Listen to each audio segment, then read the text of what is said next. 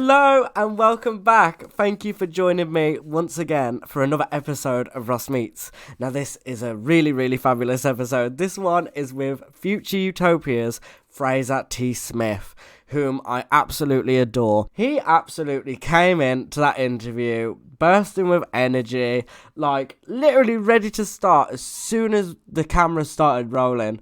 As soon as we got into the meeting, he was there and he was ready, which really took me by surprise. I don't think I've ever interviewed anybody like that before. He literally just came straight out the gate, ready to, go for it, which was absolutely brilliant. So full of energy and just so wonderful. And such a kind person as well, which, is also so brilliant when you're making so much great music and you have such great live shows going on. He's just finished his headline tour around the UK, which has just been absolutely fabulous to be watching on social media. I am so sad that I missed my date in the Hare and Hounds. That was the date I was meant to be going to see Fraser. And I was absolutely devastated. A lot of things just got in the way, and it was such a busy time. So unfortunately, I missed him performing, which was really sad. And it's going to be one of those things where I'm just going to be regretting that forever. But however, he's gonna, I don't think he's gonna stop performing. So there will always be another opportunity, even if you missed him performing. There'll always be another opportunity to see him because they have such a great live band, such a great live presence. And one of the words that he used throughout our interview, which I absolutely adored, was the use of the word collective. Future Utopia is all about being a collective and a community, which I absolutely love. And it's just such a brilliant way of putting things and such a brilliant way of describing what they're all about. And you definitely have that collective coming through whenever they're performing. He's just a fabulous guy, fabulous artist, great fashion sense, I must say. And yeah, his music is just a real treat. So yeah, I really hope you enjoy this interview. It's a bit of a long one again, but when we have these interviews, that's really great because we really get the time to kind of sit there and really kind of drag everything we can out of them, which is just, I absolutely love that. That's my favourite bit. And Fraser has just so much interesting stuff to say, not only about himself and his own career, but other people that have impacted him and influenced him and inspired him, and other collaborators he's worked with and artists like Adele and Dave. Fraser's literally been there and done everything.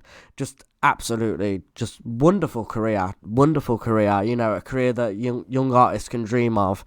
And he's also got some great advice for younger artists in this interview, and it's probably some of the best advice that I've had while doing these interviews. And I've been, I've asked a few times, guys and girls that are more seasoned in this field what their advice is, and Fraser really has some great, really realistic advice for people in that field. So yeah, it's just a great interview to just sit down. It's very cozy and very relaxed. I loved it. I absolutely loved it on the day, and I've loved listening back to it and going through it again. It's just, it really stands out to me. It's great. So yeah, really enjoyed this interview. This is Fraser. Oh, hello. Oh, how you doing, man? Hello, Fraser T. Smith. I'm so excited to see you. Are you I'm okay? excited for you. Yeah, love your jumper. Why is that 99 on there? Jack Thank you. Will. That's a good question. I think it's Jack. It's Jack Wills and 99. There's blue bits going on. Oh, I'm bonking the mic. I don't know whether you can see. 99 red balloons. Love it. Looks very cool. Thank you. I got it on sale as well, so it was a little bargo as well. It was brilliant. Yeah, love it. But thank you. You preemptively, you're on it. Honestly, Fraser, because I was going to ask about your style. We might as well start with that. I was going to ask about where you get your style from. Where I get it from, a lot of it, I must admit, is from my wife. If we're talking about what I wear on stage, I've become very accustomed to wearing, be very fond of a Japanese vintage kimono on stage. Is that what you meant? Is that what you're talking Yeah, about? I saw that. It was very hip. I was like, that looks so cool. Yeah. It looks so flowy and so like Oh, freeing. I'm glad that you said that. You see, we started to come and do these shows, and we were looking at it and we said, Sarah, my wife, she doesn't mince her words. She said, look, t-shirt, Chris Martin, he's done it. There's no point in going down the t-shirt route. Floral shirt, Foles. every which way you go, flannel shirt, Green Day. She goes, every which way you go, you're going to fall into a bracket of looking like somewhere else. She said, why don't you try a Japanese kimono? I said, well, I don't know. Let's. We found a place, an amazing guy called Mura that sells these kimonos. Tried one on. I just thought, fancy a bit of that. It suits the music. It's Yeah. quite trippy, quite psychedelic. Here we are. We love these so much that if you're coming to, yes, Pink Room at Manchester, which I really hope you are, because that's your local gig, to come and see us on tour, we're actually even selling kimonos now because it's such Really? fun. We are selling future Utopia kimonos. That is brilliant. That I didn't know that. That's actually brilliant. Well, I'm so well hyped to hear that. I'll give you a discount if you come down. Thank you. Honestly. Yes. Well, we love embargo. Like I say, we love an Yeah, I'll absolute give you a bargain. bargo. I I will love it. give you a proper bargo. I love it. And I'm so glad you said all that. And not many can rock a kimono. Not many, me included. I can't. I've tried it. I've been there. I think you could. I Well, think you did. What makes you say you couldn't? well, I bought this black kimono because I was in my Madonna Frozen kind of era vibe, but then it didn't go well. I was like, this has not turned out the best. Right. I think a future Utopia kimono because they are from Japan. They're Yeah, vintage. I don't know. They've seen some love. They've seen some sake being probably poured on them. They've seen some good days. So they're just try one on, and I think you'll rock it. definitely. I'm gonna have a go. And it's great merch. That is great merch. And have you got anything else kind of like merch wise that you guys are selling We've got and everything. for We've got sale?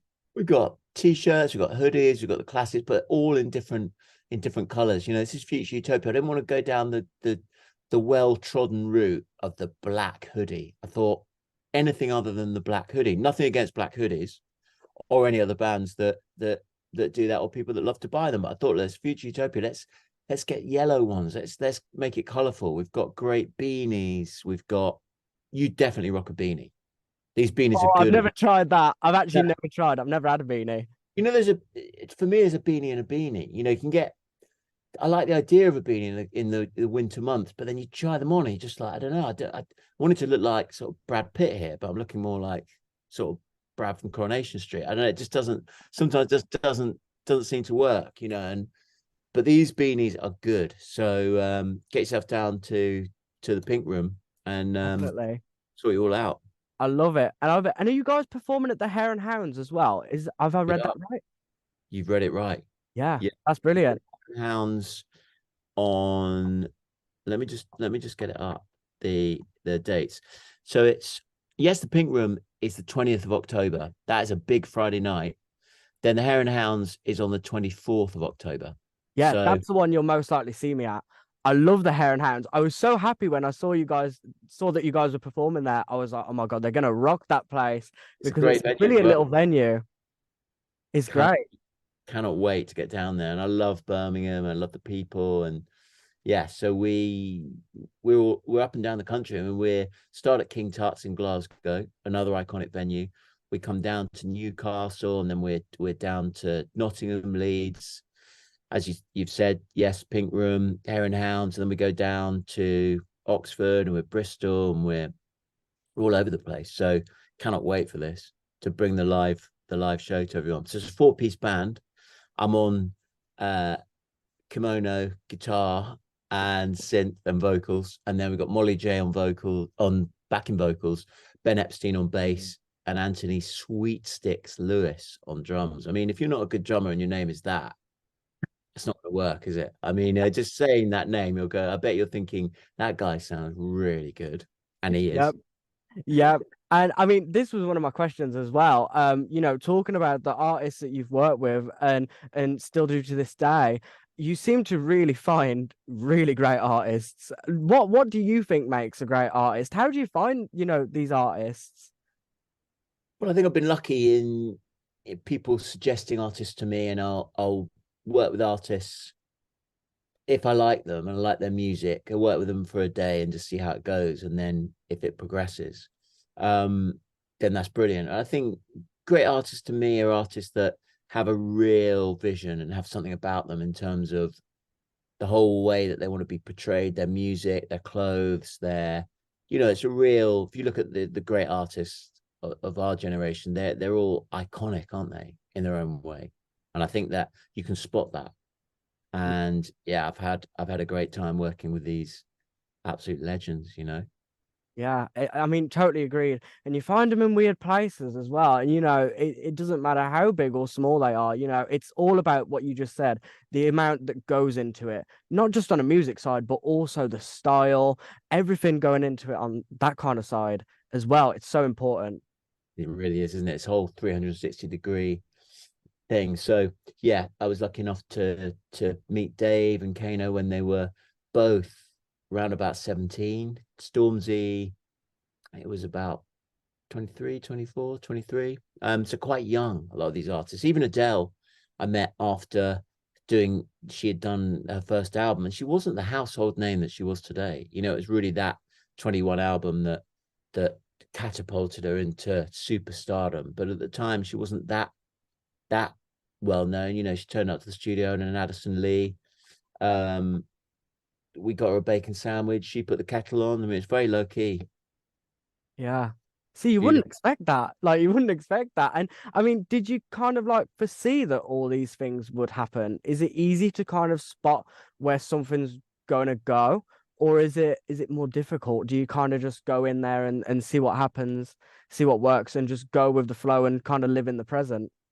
I think you live in the present, but as you're building something, you're realizing that something special. Because the thing that I always say is that for every track that you hear that I've been involved in that has done well, it's probably been 100 that hasn't, and the 100 or the 99 ones that don't, for every 100, you're feeling, I don't know, it's something not quite right with this. Yet, when Adele was singing those melodies for Set Fire to the Rain, and you can hear that, and she put it down on the mic. I mean, be weird if I couldn't hear that was a big song. Yeah. But Yeah. then the thing is that then you have, as a producer and a songwriter, you've written and produced this music, but it doesn't necessarily mean that it's going to go anywhere, because often then the artist can give it to the manager, and the manager can be like, oh, I'm not sure this is right for you, and that's the end of that. Or the record company can get it and go, no, it's good, but maybe this isn't quite, or we'll put it out in the future, and then it sometimes doesn't come to that. So it's not a guarantee when you're there with the artist. But Adele is a one of a kind in that she's so strong, and I just felt that because she really believed in Set Fire to the Rain that it was going to have that belief, and it went on, and feels like a lot of people have enjoyed it. Yeah, 100%, definitely. I mean, that's probably an understatement. I mean, everyone absolutely adores it, and it goes the same with a lot of the work you've done, and it's also creative, and that's what I absolutely adore, and that's what I look for when I do these interviews. I look for people that have got so much going on to the point where the conversation won't stop. You know what I mean? You can literally go all day, and you're one of those artists where you could literally just sit down, and I could sit here and I could pick your brains for hours. Honestly, I could, because you've done so much.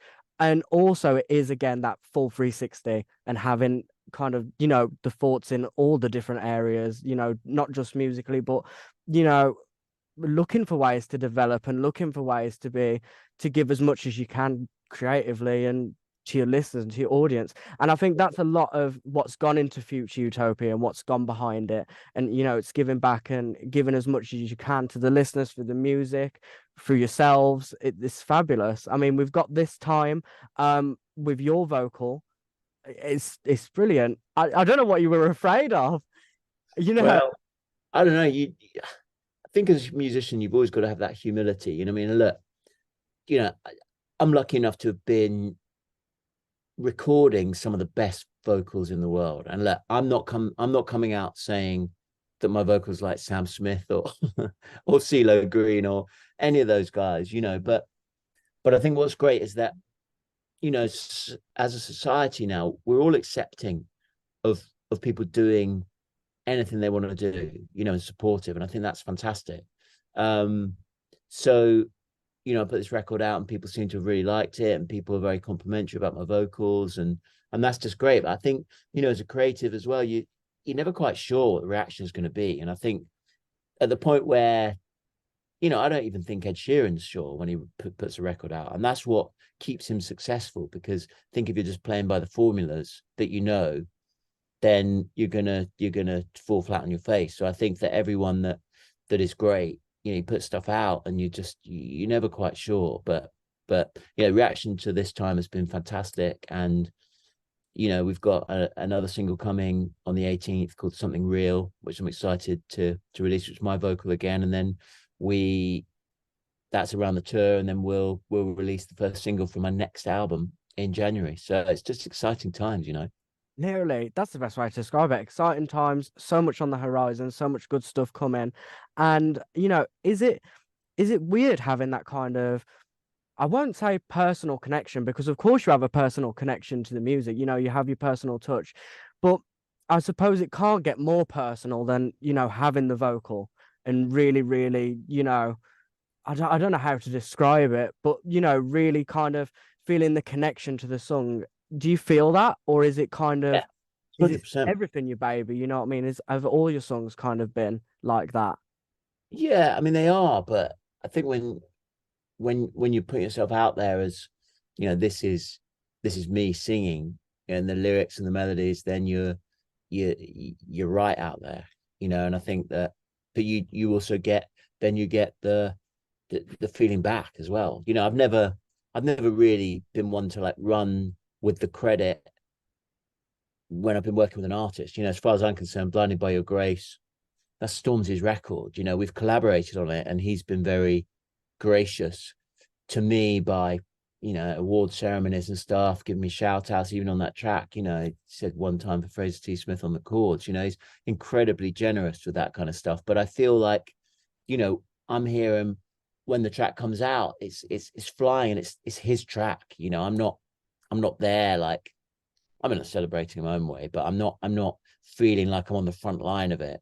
Whereas with Future Utopia, it is our thing, and we as a team, we have the label based here, and the whole team is great. We go through the challenges together, but we also get the success together when that comes, and it's brilliant. Yeah, that literally, that is so interesting, and it's a really interesting concept. And I think, like you say, Future Utopia is in a different light, and it's a totally different experience. You know what I mean? Being, there and doing it the way that you guys are doing it, and um, do you feel that connection when you're doing it live as well? Is it a different kind of zone? Is it a different thing that you've kind of got to get yourself psyched up for? Do you enjoy like performing live on stage with the rest of the guys?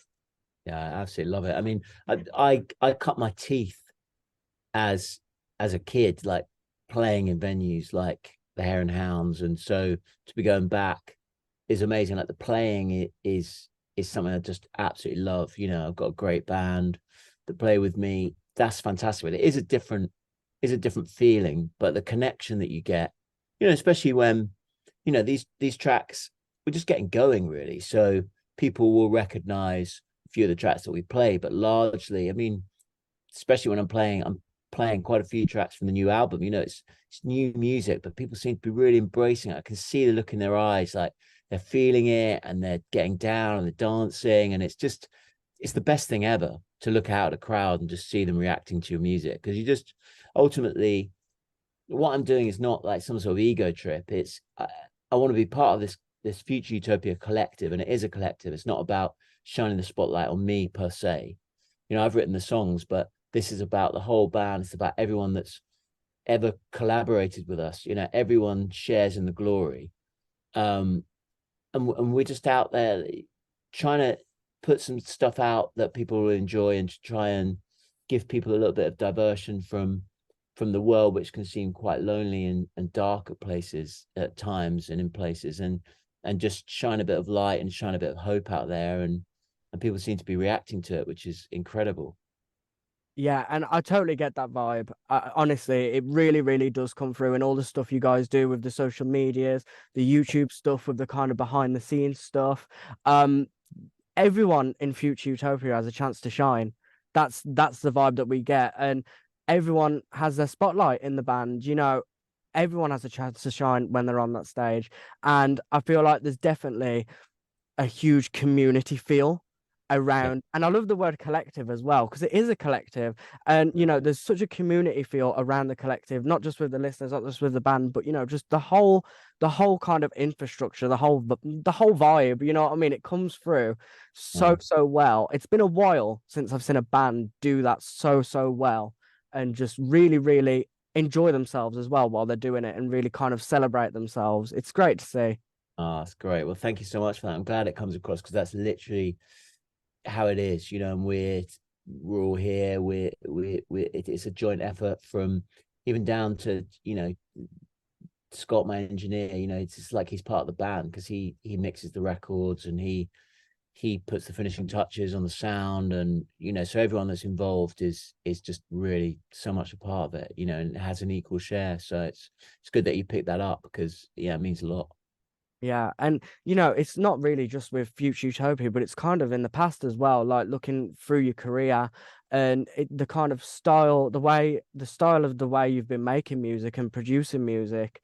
It's about building people up and supporting each other and helping each other.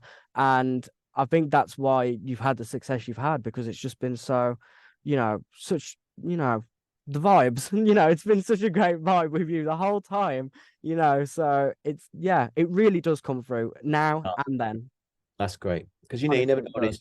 Instagram, you kind of you know you see a lot of people living their best life, and I'm like, yeah, like I'm always wanting to put some of the challenges down there. I think they're some of the the biggest things that we shared. We did, as you mentioned, we did the story behind the song, and I wanted to give people a sneak peek behind the scenes of how we wrote Broken Strings, or how I produced Set Fire to the Rain, or Number One, End Ups and Tinchy, all those kind of things, and people loved it. But then I thought, what, I need to sort of readjust the balance, Ross, in terms of I don't want people to think that like every single track I've made has gone to number one.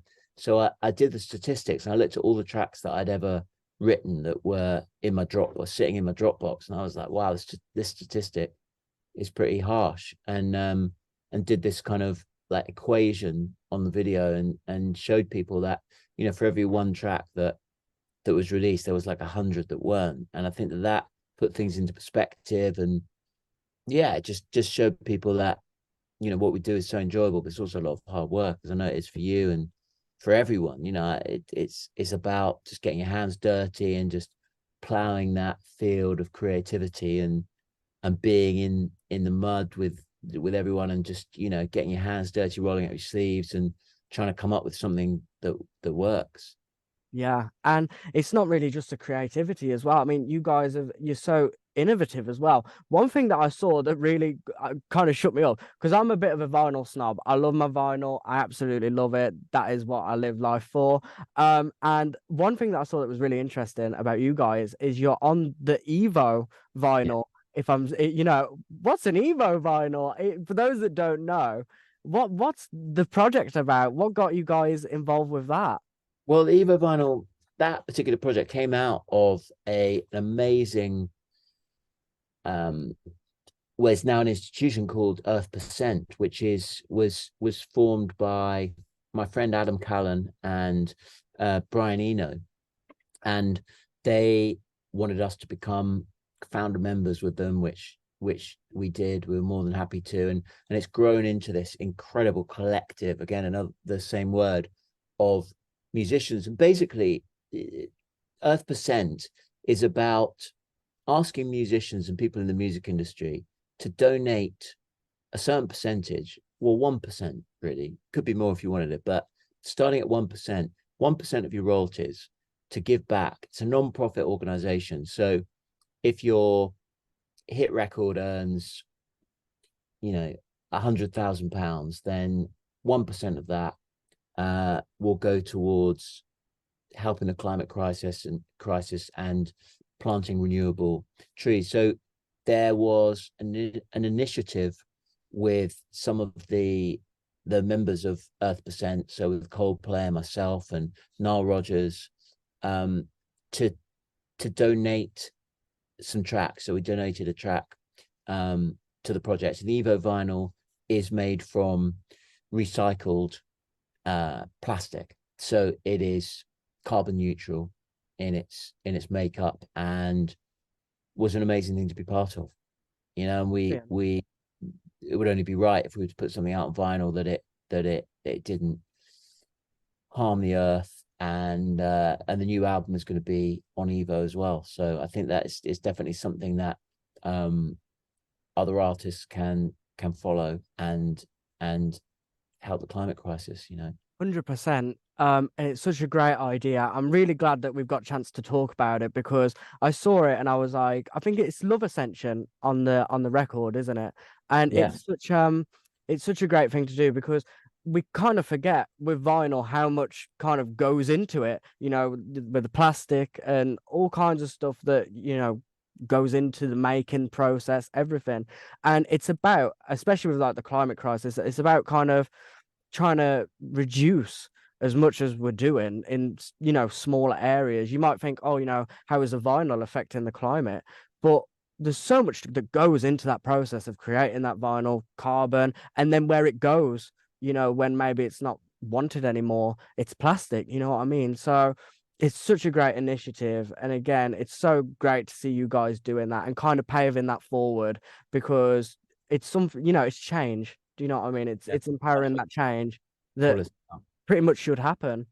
No, absolutely. And I think when you call your band Future Utopia, you got to be very careful to practice what you preach. And we're looking for that utopia, and it's going to be no utopia if the climate emergency isn't dealt with. So you know, Exactly. Exactly. And yeah, I mean, you've had quite a long career now. You've done so much, been with so many people. What is your advice for younger artists getting into the industry? What is the best, foot that they could put forward? I think we're just on this promo tour around the country, and there's so many great institutions now where you can learn the craft, which I think is really, really important. But if that's not something that you want to do or is possible, I would say the biggest piece of advice is to be your own best critic. So to be really real with yourself. And I find that every great artist that I've met is their own best critic in terms of being able to say, okay, I've got a lyric here, I've got a melody or a drum beat or a guitar line. Let's put it against something which is successful, and just to see if we're measuring up. How is this sounding against the best of the best? And I think that once you develop that muscle, then you're not going to go far wrong. So just to be your own best critic and just to put your music against stuff which is really timeless and just go, look, is this the best it can be? Because I think the reality now, Ross, is that it's quite quick to make music, with a laptop and a copy of GarageBand or whatever the program is, or you can do it on the iPad. You can come up with, there's so much content online. And I mean, we're even getting the help of AI now to make these tracks. So for me, it's about really digging in. And listen, 40,000 tracks released on Spotify every single day. Like, who needs another mediocre track? Like, nobody. So I think it's about maybe pulling back and not feeling like you have to release so much music, but just pulling back and making the best possible track you can every point, and then you won't go far wrong. Yeah. Brilliant advice. Brilliant advice. I couldn't have put it better myself. I could not have Uh, put it better myself. Honestly, it's brilliant. Brilliant stuff to hear. And just before I let you go, because I really don't want to make you late, if you've got any more interviews going on today, or if you've got any, your time is so precious, Fraser. So I no, don't want to make you late. But just quickly, what would you say? And this is probably the toughest question, so I'm a bit mean leaving it till last. come on. What would you say is your proudest moment so far? Um, it's not a tough question because it's easy for me to answer. It is winning the Ivor Novello Award for Best Contemporary Song with Children of the Internet, featuring Dave and Ez Devlin, and just feeling that initial validation behind my project and being able to get that award. And celebrate and just feel like I was doing the right thing with Future Utopia. Yeah, that's brilliant. That is brilliant. And you are doing the right thing because it's all fabulous. And it's like you said earlier, there's so much exciting stuff to come. And we've got the tour, which is just brilliant. And people can be buying their tickets now. It's gonna be brilliant. And we can't wait to have you. Headline tour, it's gonna be fabulous. Fantastic. Can I just say, before I go, Ross, that A, thank you so much for having me, and B, if anyone wants to know details of the tour, then the website is futureutopia.co.uk, and feel free to follow me and DM me on @Fraser T Smith. So that's FRASER. There's no I in there. FRASER T Smith on Instagram. So stay connected. That's brilliant. 100%.